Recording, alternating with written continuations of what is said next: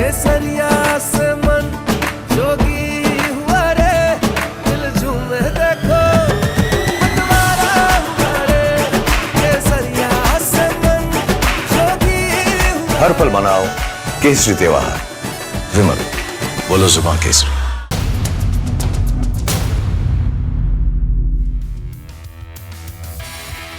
नमस्कार, मैं हूं आपके साथ सागर मिश्रा।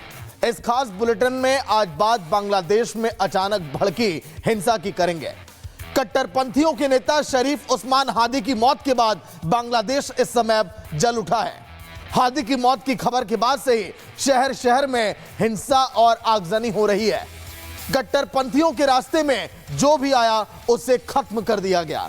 इस बीच बांग्लादेश में अल्पसंख्यकों की हिंदुओं को भी कट्टरपंथी बेरहमी से अब निशाना बनाया गया है। हम आपको बांग्लादेश में हिंसा के इनसाइड स्टोरी बताएंगे और बताएंगे कि आखिर वो कौन से किरदार हैं जो बांग्लादेश को जलाकर अपना उल्लू अब सीधा करना चाहते हैं। लेकिन सबसे पहले दिखाते हैं कि कैसे बांग्लादेश अब धू धू कर जल रहा है। देखिए आप।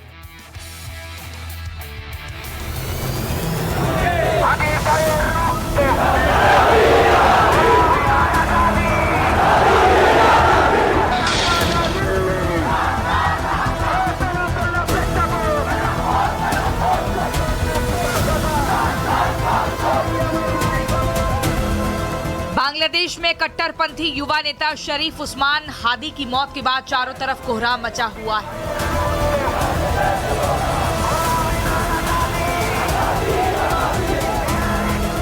बीते अगस्त 2024 में शेख हसीना के तख्ता पलट में जो अफरा तफरी का दौर था, वो अब और भी ज्यादा भयानक होता जा रहा है। शहर शहर में हिंसा, आगजनी और मारकाट आज की हकीकत है। देर रात जैसे ही जिहादी हादी की मौत की खबर सामने आई, बांग्लादेश की जिहादी भीड़ ने इसमें अपनी सनक उतारने का मौका तलाश लिया। फिर क्या था? बांग्लादेश के प्रमुख अखबार कट्टरपंथी जहनियत का शिकार बन गए।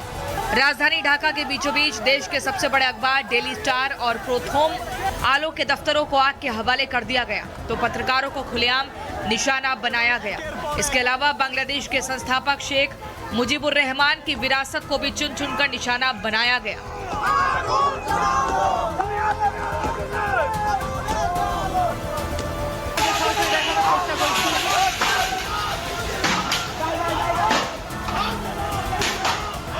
बांग्लादेश के प्रमुख सांस्कृतिक संगठन छाया नोट के भवन पर भी हमला किया गया। ये बांग्लादेश की सबसे पुरानी और प्रतिष्ठित सांस्कृतिक संगठन की इमारत है, जिसे गुरुदेव रविंद्रनाथ टैगोर की जन्म शताब्दी के बाद स्थापित किया गया था। लेकिन आज ये भी दंगाइयों की शिकार हो गई। मतलब साफ था, बांग्लादेश की उस पहचान को मिटाना जिसमें सभी धर्मों का सम्मान और भारत से जुड़ाव था।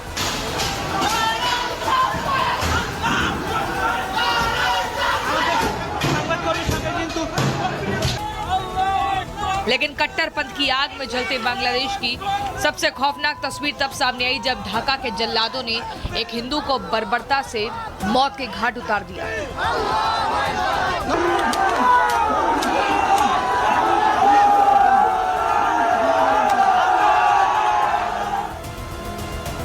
बांग्लादेश में हादी की मौत के बाद मचे कत्लेआम में अल्पसंख्यक हिंदू भी निशाने पर हैं। जहां एक फैक्ट्री में काम कर अपना गुजर बसर करने वाले दीपू चंद्र दास की मॉब लिंचिंग की गई। पहले पीड़ित दीपू को पीट पीट कर मारने के बाद शव को पेड़ पर लटकाया गया और फिर नग्न अवस्था में उसे आग के हवाले कर दिया गया। इस दौरान हत्यारे अल्लाहू अकबर के नारे लगाते दिख रहे थे। जलते रोम में बंसी बजाते कट्टरपंथियों के पितामह यूनुस ने दुनिया में अपनी नोबेल की पहचान के लिए दंगे में मारे गए दीपू की मौत पर दिखावटी दुख जताया। लेकिन असलियत सबको पता है। बांग्लादेश में हिंदुओं पर हो रहे हमलों पर भारत से कड़ी प्रतिक्रियाएं सामने आ रही हैं। बांग्लादेश पाकिस्तान के रास्ते पर चल पड़ा है और भारत में भी ममता बनर्जी जैसे नेत्री हैं जो भारत को, बंगाल को बांग्लादेश बनाना चाहती हैं और सारे इंडी गठबंधन की जुबान अभी बंद हो गई। ये दुर्भाग्यपूर्ण। बांग्लादेश के विषय में MEA बोलेंगे, लेकिन जो घटना घटी है बहुत बर्बरचित घटना घटी है, ये ठीक नहीं है। हिंदू ऐसे ही जलते रहेंगे, हिंदू ही ऐसे कटते रहेंगे, हिंदू ऐसे भागते रहेंगे और ये तब तक भागते रहेंगे जब तक हिंदू इस बात को समझेगा नहीं। अरे बांग्लादेश की बात छोड़ो, बंगाल का क्या हाल है? वहां कह रहे हैं कि हम लोग बाबरी मस्जिद बनाएंगे, तो इससे बुरा दिन और क्या होगा। इसलिए हम यही कहेंगे कि हिंदुओं को जागना है, हिंदू समझे और बहुत जल्दी सनातन को आगे बढ़ाने और इन सबको सबक सिखाने का समय है।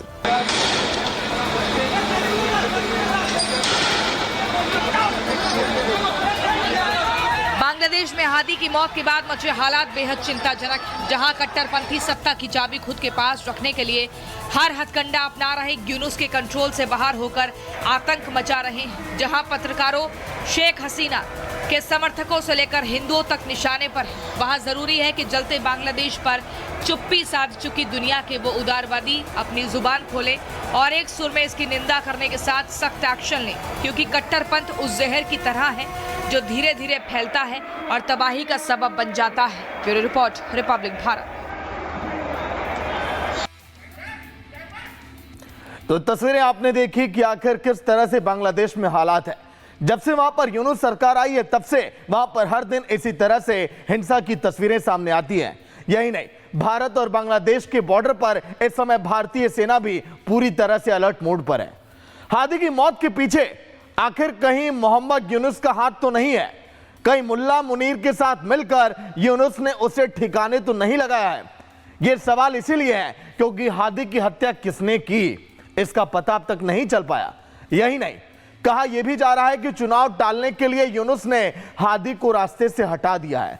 इस साजिश में यूनुस का साथ दिया। वहीं मुल्ला मुनीर ने आखिर क्या कुछ कहा, रिपोर्ट आप देखिए।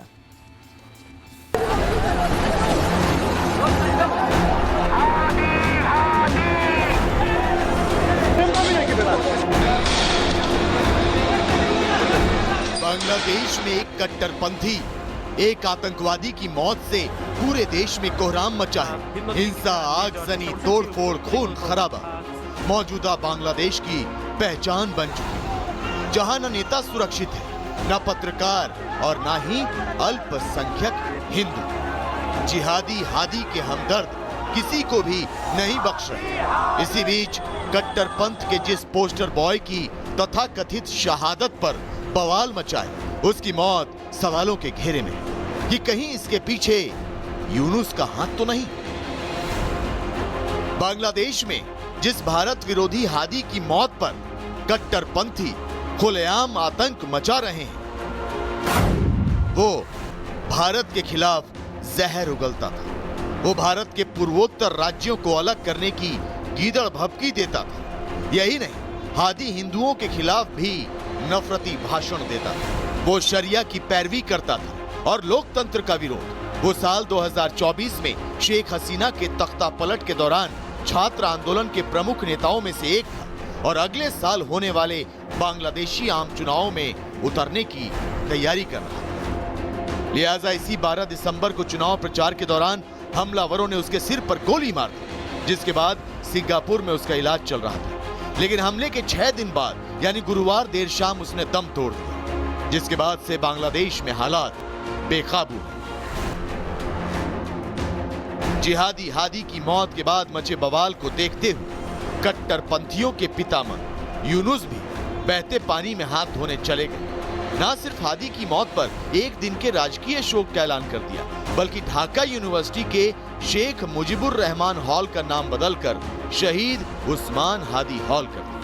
ये आज के बांग्लादेश का दुर्भाग्य है, जहां राष्ट्र निर्माता बंग बंधु की जगह एक जिहादी को वो सम्मान मिलता है जिसके वो काबिल नहीं। लेकिन अगर हम आपको कहें कि ये सत्ता लोभी यूनुस का हादी प्रेम नहीं, बल्कि उसकी मौत के पीछे यूनुस की कुर्सी की चाहत है, तो ताज्जुब मत कीजिए, क्योंकि शक की सुई इस बात पर है कि कहीं हादी की मौत के पीछे शांति दूत यूनुस का हाथ तो नहीं। बांग्लादेश में शरीफ उस्मान हादी की मौत संदिग्ध लगती है। इसकी बड़ी वजह ढाका में कट्टरपंथियों के पितामह यूनुस का सत्ता मोह है, क्योंकि यूनुस की ही बनाए कट्टरपंथी इकोसिस्टम में भारत विरोध जहर खूब बिक रहा है, जहां चुनाव से पहले हर कोई इसे अपना रहा है। शरीफ उस्मान हादी भी इसी कट्टरपंथी शहद का भरपूर इस्तेमाल कर रहा था, जो कि धीरे धीरे यूनुस का मुख्य प्रतिद्वंदी बनते हुए यूनुस की कुर्सी का कांटा बन गया। ऐसे में अगर हादी सत्ता में आ जाता तो यूनुस की छुट्टी हो जाती। इस लिहाज से कहा जा रहा है कि कहीं अपनी कुर्सी बचाने की खातिर यूनुस ने पाक के मुल्ला मुनीर की मदद से हादी को ठिकाने लगाया, जो अब उसकी मौत के मातम का ढोंग रचा। It was all pre-planned. I mean, it is a pattern that has been planned, and now the plan is in action. It is a state-sponsored activity. एक बड़ी पुरानी कहावत है, सांप भी मर जाए और लाठी भी न टूटे। हादी को ठिकाने लगाकर मुनीर और यूनुस की नापाक जोड़ी ने एक तीर से दो निशाने साधे। यूनुस की सत्ता के रास्ते में कांटे बिछा रहा हादी खत्म हो गया तो लगे हाथ यूनुस को हिंदुओं के साथ साथ शेख हसीना और भारत को घेरने का मौका मिला। बांग्लादेश में हादी की मौत जो है उसके ऊपर एक बवाल मचा हुआ है और बांग्लादेश में यूनुस सरकार ने बड़े आसानी से इसे पास ऑन कर दिया है कि शायद इंडिया ने कराया है या किसने कराया है।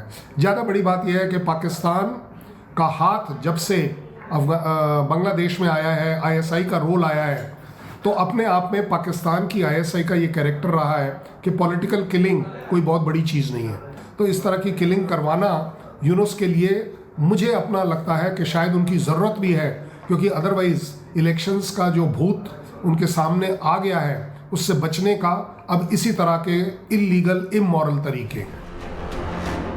हादी की मौत कैसे हुई, उसे किसने मारा, इस पर से पर्दा शायद ही हट पाए, क्योंकि यूनुस नहीं चाहेगा कि ये राज कभी सामने आए। जांच होती रहेगी लेकिन सच्चाई सामने नहीं आएगी, क्योंकि शांति के मसीहा का सत्ता मोह उजागर हो जाएगा।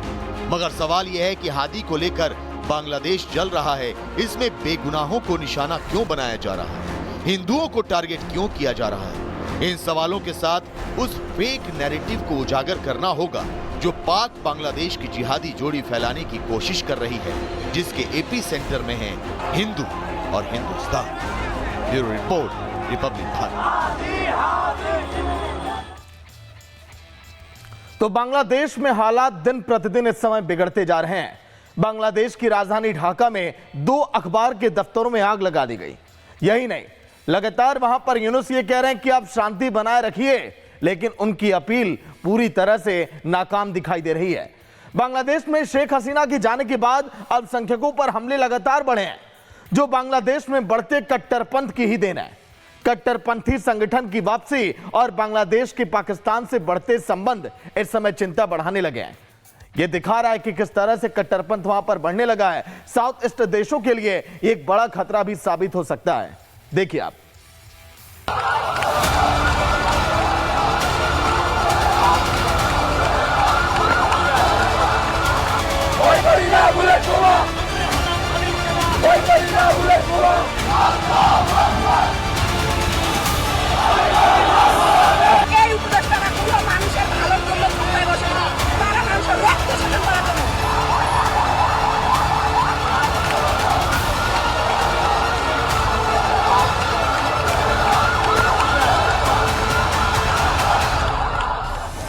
बांग्लादेश में ये ताजा हिंसा लगातार बढ़ते कट्टरपंथ की निशानी है।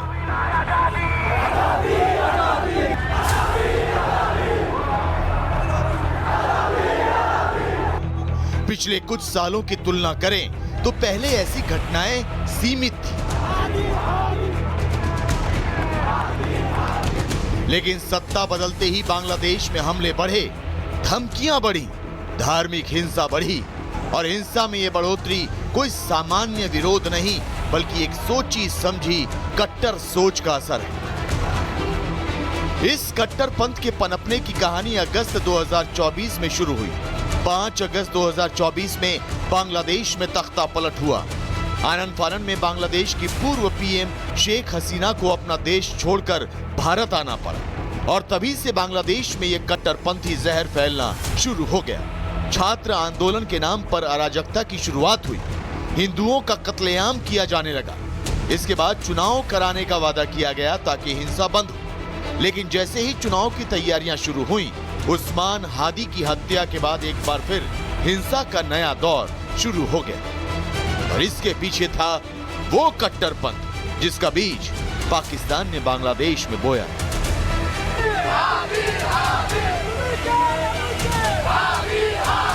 हिंसा की आग में धधकता ये बांग्लादेश ऐसा नहीं था।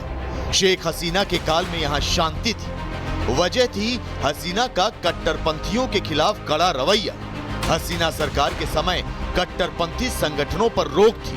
पुलिस और सुरक्षा एजेंसियां सख्त थी, लेकिन धर्म के आड़ में हिंसा फैलाने वाले कट्टरपंथी संगठनों को ये रास नहीं आया और साजिश करके बांग्लादेश में तख्ता पलट कर दिया गया। पाकिस्तान की सरपरस्ती में जिहादी ताकतों ने बांग्लादेश में अपनी जड़ें जमा ली और कट्टरपंथ विरोधियों के साथ साथ हिंदुओं पर भी हमले तेज हो गए। ये बिल्कुल स्पष्ट है कि बांग्लादेश में शेख हसीना की सरकार को अपदस्थ किए जाने के पीछे कट्टरपंथियों की ही गहरी साजिश रही है। बांग्लादेश के जो रेडिकल इस्लामिस्ट अतिवादी आतंकपरस्त ताकतें हैं, जो कट्टरपंथी हैं, उन्होंने एक छात्र आंदोलन की आड़ में शेख हसीना की सरकार को अपदस्थ करने की बड़ी साजिशें रची और उन साजिशों में वो पिछले वर्ष 5 अगस्त 2024 को असफल भी हो गए। शेख हसीना के बाद बना सत्ता का खालीपन और उसी खालीपन में कट्टर सोच आगे बढ़ी। बांग्लादेश में ये हिंसा उसी खालीपन का नतीजा है। ये हिंसा, ये विरोध सिर्फ सरकार के खिलाफ नहीं है, बल्कि उसमें धार्मिक कट्टरता भी घुल चुकी है।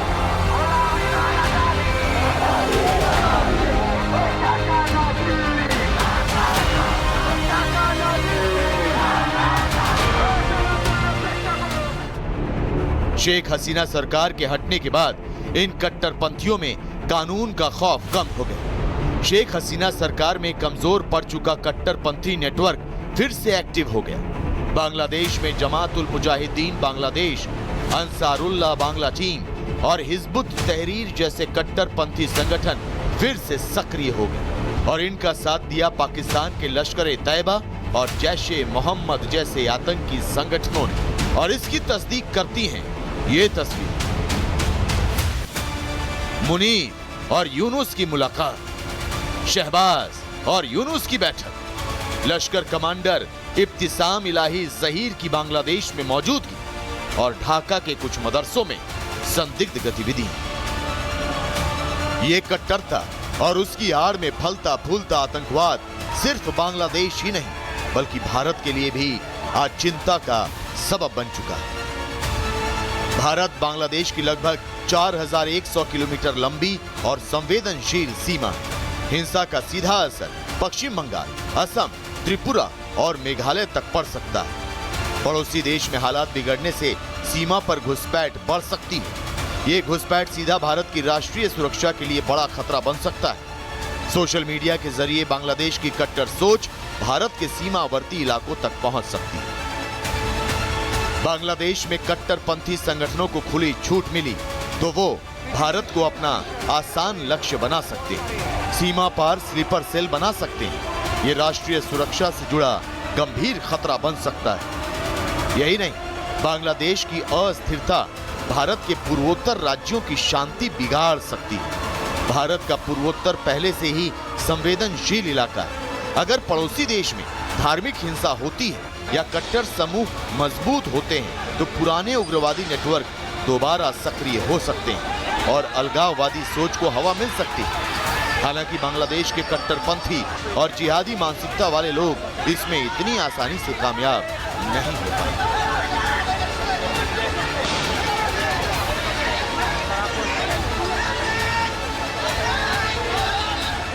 कि वो लोग नोटिस को लेकर वो लोग नोटिस को बांग्लादेश बनाएगा। तो हम कहना चाहते हैं कि बांग्लादेश भाइयों और बहनों, हम लोग को फोर्स मत कीजिए।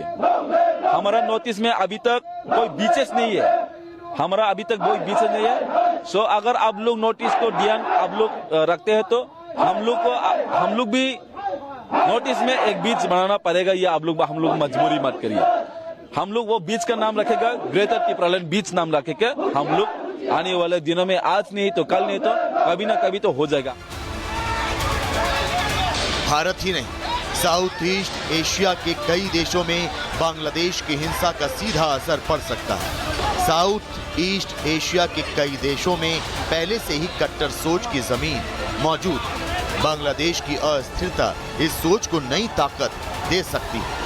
कट्टर संगठन अक्सर अकेले नहीं चलते, आपस में संपर्क रखते हैं। बांग्लादेशी कट्टरपंथी साउथ ईस्ट एशिया के पुराने आतंकी नेटवर्क अंतर्राष्ट्रीय विचारधाराओं से जुड़ सकते हैं। इससे ट्रेनिंग, फंडिंग और हथियार की आवाजाही आसान हो जाती है। साउथ ईस्ट एशिया के समुद्री रास्तों से खतरा बढ़ सकता है। समुद्री रास्तों से हथियारों की तस्करी और लोगों की अवैध आवाजाही बढ़ सकती है। पूरे क्षेत्र का व्यापार और सुरक्षा प्रभावित हो सकता है।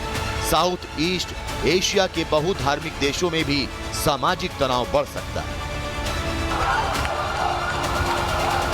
साथ है बांग्लादेश में बढ़ता कट्टरपंथ भारत और दक्षिण पूर्व एशिया के लिए एक चेन रिएक्शन की तरह काम करेगा। इसीलिए ये कहना गलत नहीं होगा कि बांग्लादेश में बढ़ता कट्टरपंथ पड़ोसी देश की समस्या नहीं, बल्कि अपनी सुरक्षा की चुनौती भी है। वहीं बांग्लादेश में सुलगते इस कट्टरपंथ की चिंगारी अब अन्य देशों तक भी पहुंचने लगी है, इसलिए वहां पर भी अब चिंताएं इस समय बरकरार हैं। वैसे सत्ता की चाबी जब से यूनुस के हाथों में गई है, भारत के खिलाफ हमेशा नफरत को खुला मंच दिया गया। वो चाहे भारत विरोधी प्रदर्शन हो या फिर खुद यूनुस की उकसावे वाली टिप्पणियां हो। जब जब से हादी की मौत की खबर सामने आई, कट्टरपंथी बांग्लादेश की सड़कों पर खुलेआम हिंसा फैल गई है। उन मादियों के निशाने पर भारतीय प्रतिष्ठान भी हैं। इतना ही नहीं, भारत विरोधी बयानबाजियां भी खुलकर अब हो रही है बांग्लादेश के अंदर। देखिए आप।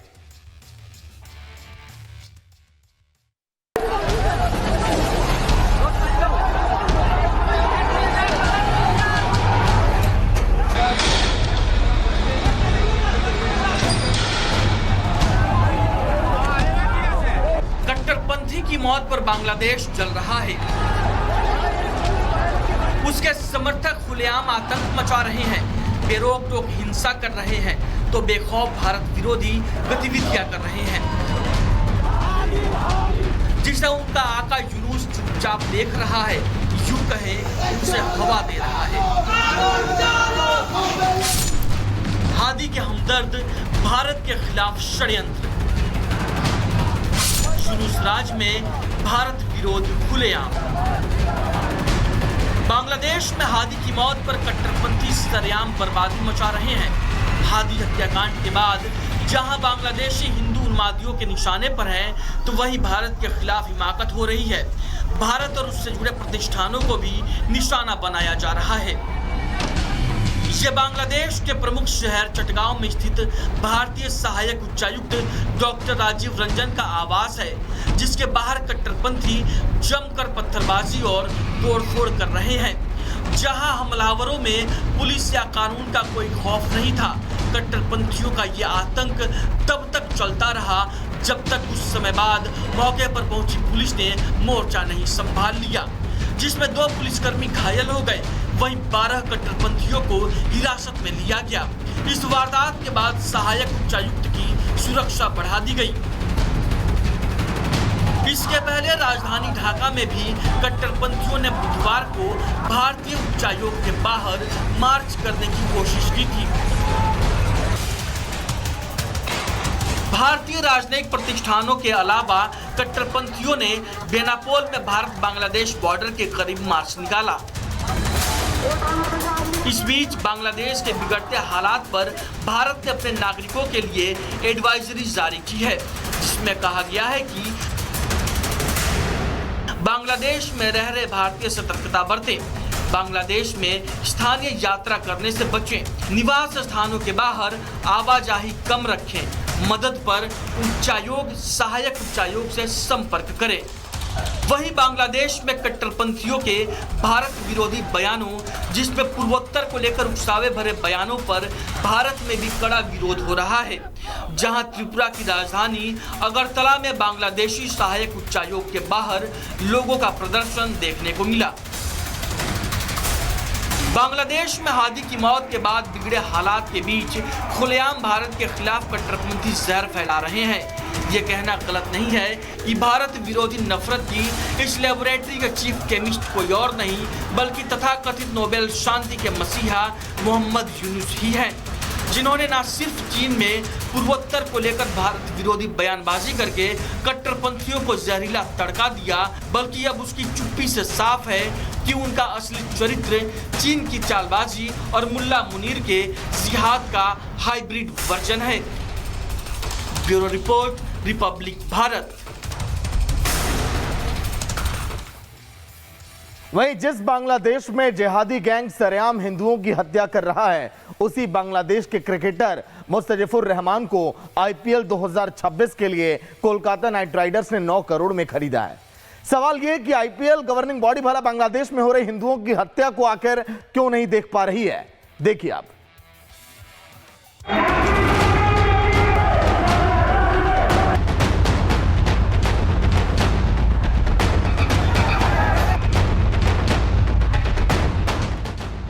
बांग्लादेश में भारत विरोधी नारे लग रहे हैं। बीच सड़क पर हिंदुओं की मॉब लिंचिंग हो रही है। भारतीय दूतावास पर हमले की कोशिश हो रही है। जिहादी कट्टरपंथी भारत के टुकड़े करने की धमकियां दे रहे हैं। ये वो बांग्लादेश है जिसे पाकिस्तान के जुल्म से भारत की सेना ने बचाया, पंजाबी मुसलमानों के अत्याचार से मुक्ति दिलाकर उनको एक नया देश दिलवाया। लेकिन अब वही बांग्लादेश पाकिस्तान के चंगुल में है। ढाका में हर रोज भारत के विरोध में तकरीरें हो रही हैं, हिंदुओं को निशाना बनाकर हत्याएं की जा रही हैं। उसी बांग्लादेश के क्रिकेटर मुस्तफिजुर रहमान को इंडियन प्रीमियर लीग यानी आईपीएल में कोलकाता नाइट राइडर्स ने 9 करोड़ 20 लाख रुपए में खरीदा है। आईपीएल के इतिहास में अभी तक कोई भी बांग्लादेशी खिलाड़ी इतने महंगे दाम में नहीं बिका था। शेख हसीना के तख्ता पलट के बाद बांग्लादेश पाकिस्तान का करीबी दोस्त बन गया। मुल्ला मुनीर के उकसावे पर भारत को धमकियां दे रहा है। भला उस बांग्लादेश के खिलाड़ी पर आईपीएल में क्यों करोड़ों रुपए लुटाए जा रहे हैं? पाकिस्तानी क्रिकेटरों की तरह आईपीएल में बांग्लादेशी क्रिकेटरों का भी बहिष्कार क्यों नहीं किया जाता? तो आपने देखा कि बांग्लादेश में क्या हालात हैं। फिलहाल इस बुलेटिन में इतना ही। देखते रहे रिपब्लिक भारत। नमस्कार। केसरिया से मन जोगी हुआ रे, दिल झूमे देखो मतवारा हुआ रे। केसरिया से मन जोगी हुआ। हर पल मनाओ केसरी त्योहार। विमल, बोलो जुबान केसरी।